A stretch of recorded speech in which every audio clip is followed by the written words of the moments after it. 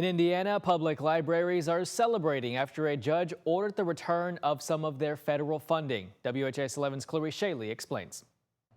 It's very calming here. It's like a good third space, like not work, not home. In the aisles of books at Madison, Indiana's public library, Mandy Snowden is often here browsing, but these days for a different reason. I recently got a job as a teacher. I'm looking for books about Kwanzaa and about the winter solstice for my classroom. Their calm place hasn't been so calm recently. I've been worried about that. Federal funding that had been removed has now been returned, like many of the books on loan here. Oh, that was a little yay. The Institute of Museum and Library Services is among a list of agencies on a President Trump executive order calling for the elimination of their services. That's according to the American Library Association. But just as of a few weeks ago, grants from the Institute have been reinstated by judge order.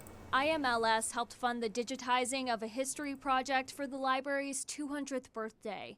Free database services and programs where libraries share resources, among others, are possibly at risk. This federal funding makes up a small portion of their budget, says Library Director Judy Turpening. Most of ours comes from property taxes. That would be probably 85% of our income. That bulk of the library's budget has been changed in the last state session in the form of a tax cut for local homeowners, which directly affects the way local services are designed to be funded. Turpening says they'll be fine for the 2026 year with not filling positions internally, but the future is a different story. One of the requirements by Indiana Code is that we have a strategic plan in place that's 3 to 5 years out.